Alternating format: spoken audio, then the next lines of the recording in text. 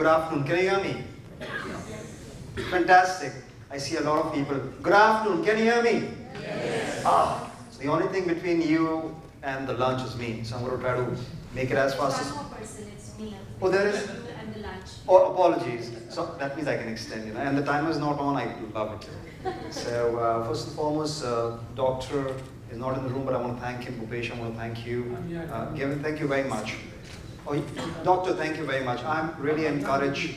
I'm encouraged by your initial presentation, and I want to also point out the end over here is phenomenal. So whoever designed it did a fantastic job. I want to ask the folks here in the room, who is she? Do you recognize her? Dr. Gangapal, it is important for you. Who is she that we all see here? Please. Sophia. How many of the HR partners, the fraternity over here, is ready for a Sophia? We all talk about humans. They are going to be in the workforce. We don't talk about humanoid. They are going to be in your workforce, my son. So how many of you really are talking about having Sophia as a part of your workforce, and how are you really planning to analyze and provide value by such kind of interactions? So it's important. And the slide that I'm going to talk about, and this is not something that I made up while having, while listening to all of you. These revolutions are important if you see. Dr. Gangapal talked about it, and we heard it in other speakers as well. So the time it took for the advancement in technology has always halved. It's amazing how technology has really taken over all of our lives. So the digital era that we talk about now is what we are living. But there's a fifth phase of revolution that is coming. That's the AI, ML, the deep learning, and so on and so forth. How many of us, HR fraternity here, is really thinking about that? We are talking about all of the analytics, we are talking about all of those, but as a partner to the business, Courtney also mentioned it, if you look at the investments, it's very high in the IT space. I never heard from any one of the speakers all across the board speaking about investments in HR from a systems point of view. I always heard about we're going to be using some vendors, or we're going to be using some technologies to really make it happen.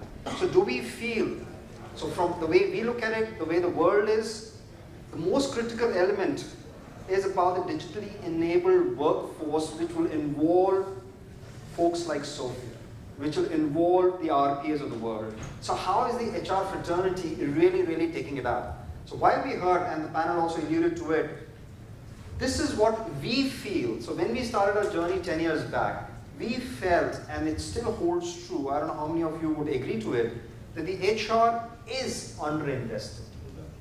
Do you agree to this? I see some heads nodding. Or do you disagree? If you disagree, that's also fair. But we have not seen a lot of investment per se in HR systems, except for the employee engagement, the wellness, the surveys. There was a lot of discussions about surveys that we heard.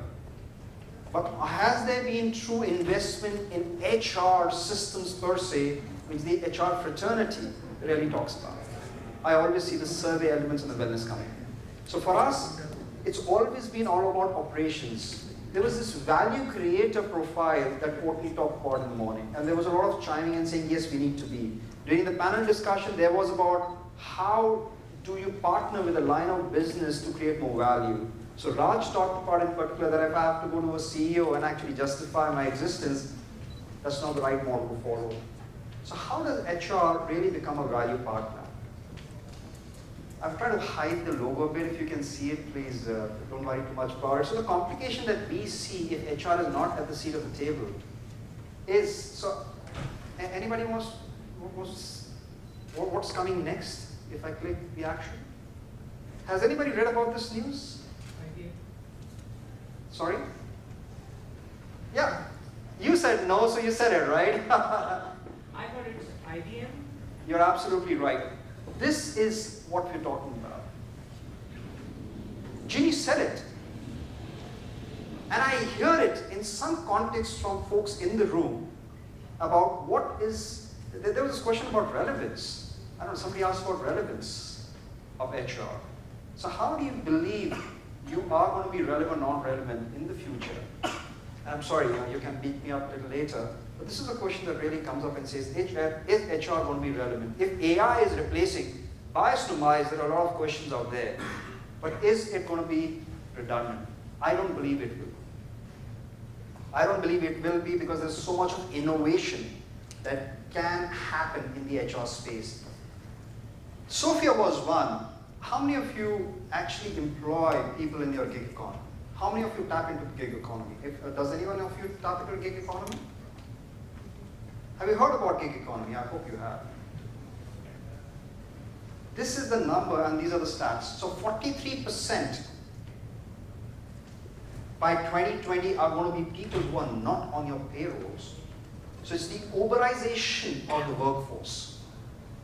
How would you manage their performance?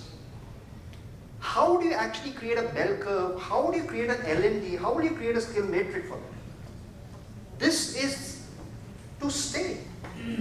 This is not going to go away. So my question is, if 43% by 2020, that was a start earlier, and Harvard Business talks about 150 million people, Uberized workforce, how are you going to put a system to them, or a system for them? How are you going to measure success? Am I relating? Am I too off? Is it a question we need to, sorry. If you can introduce gig economy in a quick bit. Uberization of workforce.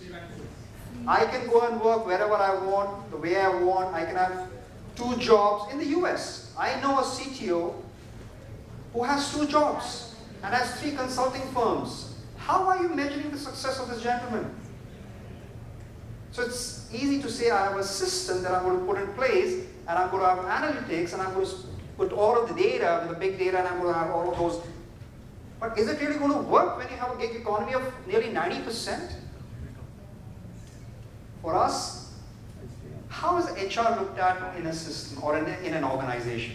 Is HR looked at as somebody who is an innovator, agility, speed, competitive, talent wars and disruptions? Are you somebody who is helping an organization, or are you somebody who is an inhibitor? Are you really somebody who's a catalyst versus an inhibitor? So I want to summarize this and say, for us at Sapience Analytics, our position is very clear. Our position is HR is one of the most critical functions, as Jack Welch said. HR has to be at the seat at the table, along with the CFO. There is no doubt HR is pivotal to the success of an organization. So for us as People Analytics, for what we do at Sapience, we believe HR needs to shift a bit left.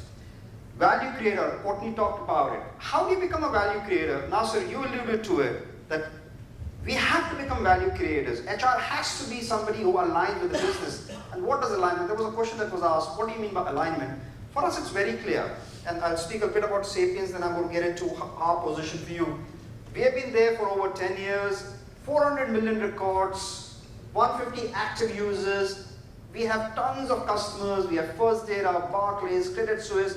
All of them use us for different purposes. 90 plus customers is what we have. And as Gavin said, thank you very much, I want to allude a little bit more. I want to deep dive into what do we mean and what do we offer to the HR fraternity. Fitbit. What does Fitbit do? It helps you track your health. It tells you the steps, the hours, the calories, and by the way, you can share it with tons of people across the world. Do you think this is useful? Fitbit people who use it, some form of tracking device, if you believe it's useful, for us, what we do as an organization that help you do this as well. The panel was talking about taking the location data. I'm just picking on you because that was the last beautiful comment, segue into what I'm talking about. You took a lot of location data. You took a lot of different information, different parameters, and sliced and diced. Can you imagine if you get it real time, in time and motion? You don't need to go to any system. You can see the health of how things are happening. For us, I want to take a pause on this slide. Would HR really become a business partner, and I'm not talking the HR BP, would HR want to become a partner to the business, the LOB, and go with stats like these? And these are real stats, by the way. Our 400 plus million record tells us any company in the world, your bottom 20% of people only work 1.7 hours. So would HR like to go rather than just performance, skills, L&D? Would you actually like to go to your business and say, hey, how about saving $12 million and investing in your incubation or incubator rather than hiring more people? Wouldn't that be very powerful as an alliance? Do you think yes or no? It's fair even if you think no. Do you think this would be more powerful as an alliance, as a value creator with a business? Geez, either I've put all of you to sleep, or it's too much, or please. Do you believe this will be more valuable? In addition, when you go to the LOB, for us, this is true data. This is true and live is what we do. You go to your management and you actually tell them. There was again, Raj, I believe we talked about productivity or the word, or we talked about it. You go to your management or your LOB and actually tell them, this is all real-time data. It follows the PII of the US, the personal identification, it follows the GDPR. The first rule out of the 6 principles of GDPR is inform the people why are you collecting the data and you're on the right side of the law. Nasser, am I correct about it? That's what it is. So we are not doing anything which is big brother. What you're doing as a part of the system is what we are doing. But then imagine the power you hold as an HR to go to the LOB and make a case. That's what Sapience is about. This is our Fitbit for the workforce. This is our Fitbit. So you can actually talk about what's the utilization of your entire organization. So we have a CEO who sits every month with the entire ELT, the executive team, and says, hey, tell me, as a part of your LOB, how are you doing? And HR is at the seat of the table. Because HR can then talk about actionable insights for how the organization, so these are different organizations. These are different functions, week on week basis, how they are being. This is again, we talked about, I talked about actionable insights, we talked about AI, and we are talking about ML in a lot of ways. We have something called insights that we give you in terms of correlations. So Courtney in the morning also talked about correlation, but we do a lot of correlation in the background to actually say, hey, why don't we get up and take a break now? It's been 3 hours since you've been sitting on the computer. So we have that kind of gamifications in the system, badging in the system that helps not only the HR to be at the seat of the table, but the employees. Trending, we have found that employees are more productive while they work from home rather than working from the office. We have analysis to actually prove that.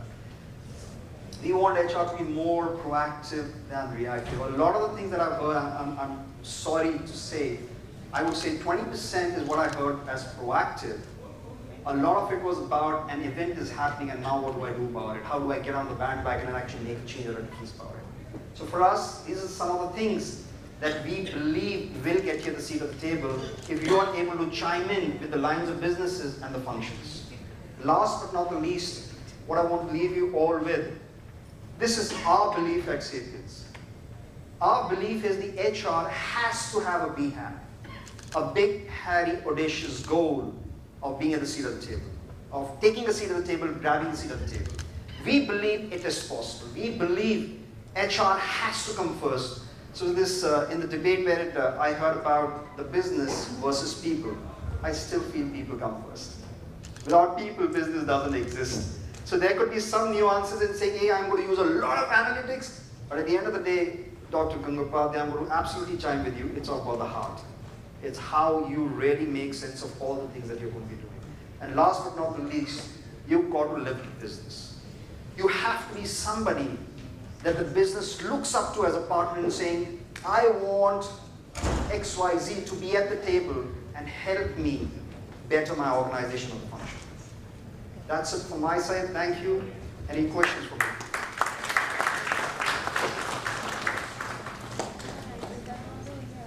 Please. So you use the organizational data points points, or do you go across to the organization and say that we need certain additional data points? So there are certain data points. There are certain data points which is readily available in the organization.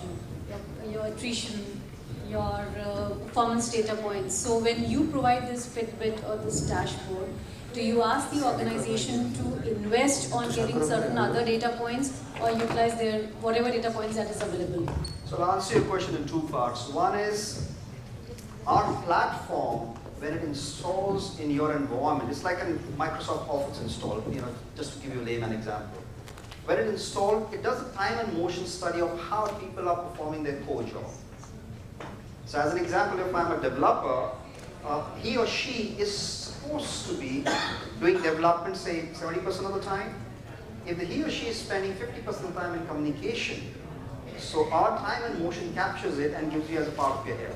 That hey, this function, you're supposed to be doing development, but you're really doing communication. That means my productivity is down, my utilization is down. So that's an install. But to your point, yes, we have data feeds that we can take from and actually create meaningful data or meaningful dashboards for you. So attrition data could be one. There was Workday. We could do success factors. We could do Tableau. So we could consume data from multiple systems to actually make sense and configure it for your needs. But it's all about, but there was this question about what's the business priority. If your priority right now is bottom line, if your priority right now is skill development, if you're in the integration phase, you want to make sure that there's assimilation of the right technologies in the company, we could give you those multiple data points. So you can feed into our system, there'll be some configuration. Thank you. Is your product configurable for different kinds of industries, or is it, a very standardized product? Because I'm thinking, how do you really measure the health of a salesperson? Because they are not really sitting on the computer, they're on the road all the time. So how do you, We have an app. Thank you, that's phenomenal. I didn't cover that. So we have 5 use cases for our product. In an organization, you would have sales. So for us, what we do is we give everything at your fingertips. So as an app, a sales representative, let me kind of extrapolate a little bit more. Usually I want my sales leaders or my sales organization to really focus on tier A and B rather than tier C, because that's where most of the money is. Now my sales representative can actually be spending and dwindling his thumb or her thumb on a tier C and spending 4 hours a day. So we can configure the app to actually measure how the sales rep is doing, but that's up to you, whether you want to do it at the user level or at the org level, because we are very concerned about privacy. So for us, it's in an organization, you will have sales. So we are agnostic to an organization or an industry. We have done it for healthcare, we have done it for fintechs, we have done it for manufacturing. So we have done it for different industries. does it work for one industry better than the other? It depends on a use case. Now, if you're talking about, so I'll give you an example of outsourcing governance, especially. Now, it so happens, I'm sure there would be service providers in the crowd here as well. But usually, a vendor management officer pays for a vendor resource 40 hours a week. Now, how do you know whether you're getting those 40 hours out of a developer or not? So our software would help you in the outsourcing governance if that's your use case. If your use case is robot process automation, that's the use case. So we have 5 use cases for the health of an organization. It works pretty much good for all. Good, thank you. Thank you. Please. Suppose you have done all the analysis about a candidate, and that candidate is going to switch from one company to the next. When he goes to the next company, do you share the insights that you have obtained from his past? Absolutely no. We don't, and I'm glad Courtney is not here. We do not believe in going behind an individual's back to get data. If I need data from you, I'm going to take data from you. I mean, even if you can take consent from the candidate, that I'm going to share your details. PII, GDPR is sacrosanct. If the individual wants to share the data, I don't think they can, because the organization policy would deter you from taking the data outside the company. So for us, privacy is something that we start talking about. No more questions. Thank you very much. All of you. Thank you.